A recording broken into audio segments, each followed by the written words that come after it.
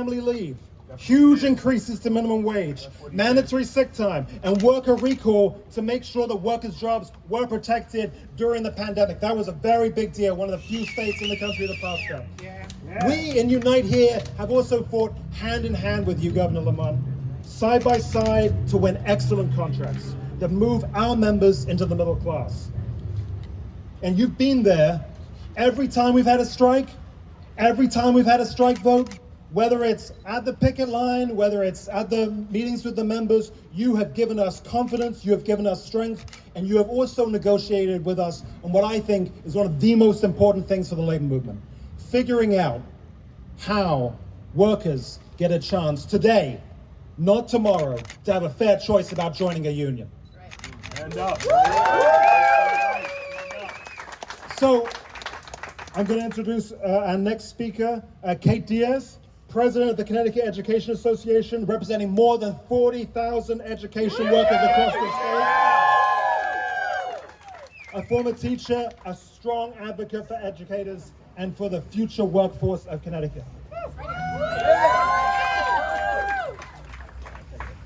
We are so proud to stand here today with Governor Lamont. Our endorsement is not something that we give. It is not something that we hand out. It is not something that is offered in return for anything. It is earned. Our endorsement is earned through the work that is done, through the conversations that are had, through the invitations to the table. When we looked at the candidates for governor, our people, our members get together. They look at the questionnaires of all the candidates. We invited all the candidates in. One came. One came.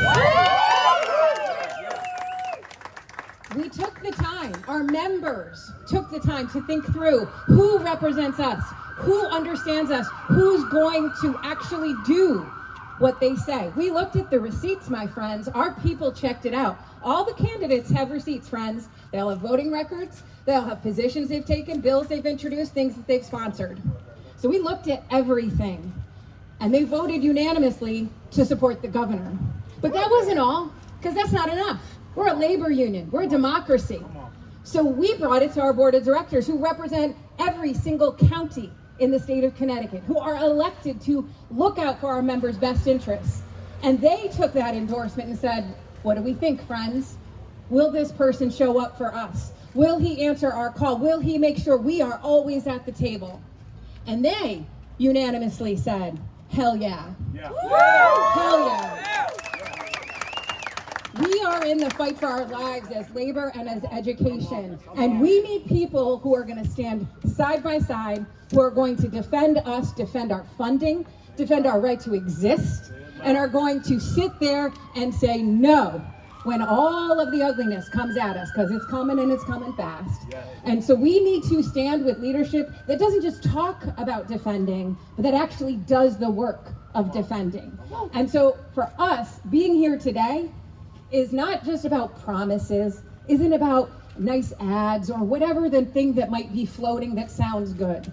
It is about what has happened, what is coming, and who's going to fight for us. And it was with unanimous confidence that our membership, the leaders elected to make that decision, decided to support Ned Lamont. And make no mistake, we're going to hold him accountable because we have some really hard talks. And we talked about those vouchers and things that we know can erode public education. And we were proud that our governor said, I will do nothing that harms education or the workers in the field. And with that, we are proud to be here in our democratic process because unions are great places because they are democratic. So when you earn an endorsement from a union, it is not from a person, it is from the democratic entity. So thank you, Governor Lamont. We will fight with you. We will expect a lot from you, and we are grateful for the support that you have shown us.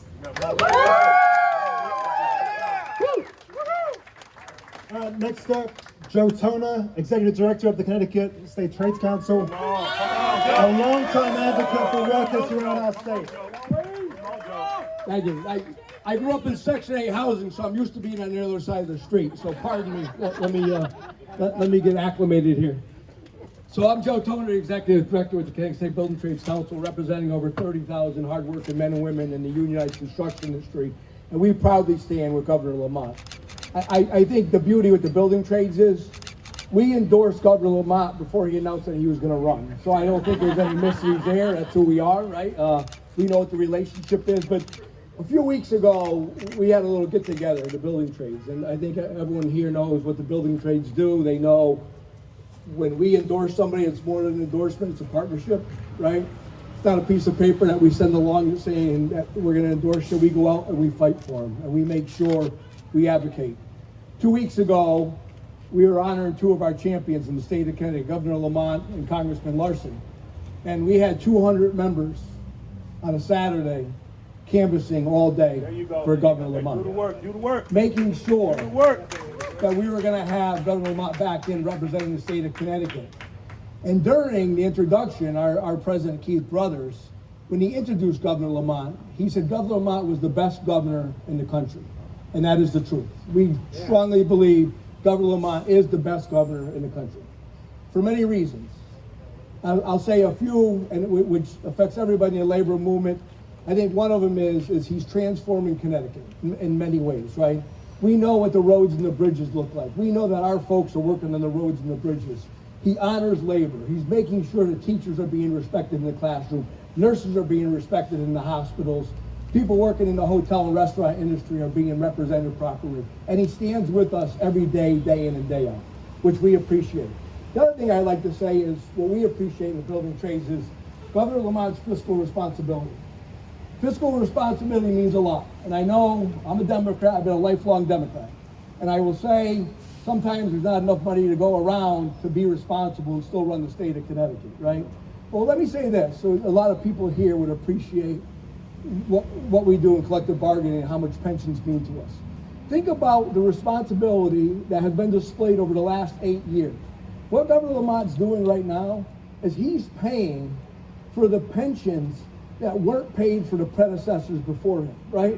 We all know what collective bargaining is. A pension's not a bad thing. A pension keeps people sustainable and lets them retire with dignity, right? So when we negotiate our collective bargaining agreements, we all know that money is set aside for the pensions going forward. But what happens is politicians before Ned Lamont would come out and take that pool of money and spend it on other things, leaving a shortfall for our members, right? So when you're going back and you are making sure if we have a surplus and money is going back into the teachers' pensions, it's going back into the firefighters' pensions, it's going back to the police officers' pensions, that's what's important. Because we're all, listen, I never thought I was gonna have blue hair, you know what I mean? I always had brown hair my whole life until I hit 30. But listen, I mean, you're gonna get there, we have to make sure we have those securities put in place, right? We have to do it. And this election is about choices. And we have choices coming up next week. And one thing I will say, and we've had a relationship with Josh Elliott in the building trades, but one thing that he did underestimate a few weeks ago was he said something to the press that don't worry about the building trades, that their members aren't engaged and they're not going to be voting in the primary and all that stuff. 2 weeks ago or 3 weeks ago, we were in front of Channel 8 right down the street. And we had our members, the same members that are here today, come out after they got up at 4 o'clock in the morning, worked 10 hours a day, picked up their kids from school and came out to stand with Governor Lamont. So if you're going to sit there and think that it's not a big deal to have people and say they're not engaged, he's wrong. We're engaged. The building trades have always been engaged. I will tell you that. And it's good to see that the rest of the labor movement is going to get engaged, and we're going to galvanize around the best governor in the state, in the country, Ned Lamont. So Governor, on behalf of our 30,000 members, we proudly stand with you. We'll be with you through and through. We've been with you for the last, 3 months, right? And we're going to continue to do it. And hopefully the rest of the labor movement can convalesce, get behind you, and make sure that we're going to get you to the finish line and get you another 4 years. And thank you for everything you've done, Governor. All right, next up, it's my pleasure to introduce my friend Ed Hawthorne, president of the AFL-CIO, the largest Connecticut affiliate of labor, and a man who started his career in AFSCME and has been a real champion for workers' rights and protections throughout the state. Thank you, Ed. Thank you, brother. How's everyone doing today? It's always good to be in New Haven, labor's home. It's where we come to get inspired, and now it's where we come to fight for a true champion of labor, Governor Lamont. With everything that's coming at us from the Trump administration, we need a leader that's been there, done it, and took care of it. That's the leader that Governor Lamont is. He's been our governor for 8 years, and with all of our help, it'll be an additional 4. And if you look back at where we were 8 years ago and where we are now, the difference is stark. If you look at what he's done, raising the minimum wage and tying it to inflation so we don't have to go back and beg for votes every single year. And then at the same time, making it predictable so the business community gets on board. That's the kind of coalition building we need now with the chaos coming from Washington. He delivered 8 consecutive years of raises for our state employees. With inflation through the roof, that makes a huge difference. We strengthened the pensions of state and teachers, as Joe Toner said. We banned private prisons. We restored PTSD coverage for first responders and workers. We created paid family and medical leave to ensure that people didn't have to choose between caring for their loved one, bonding with their child, and putting food on the table.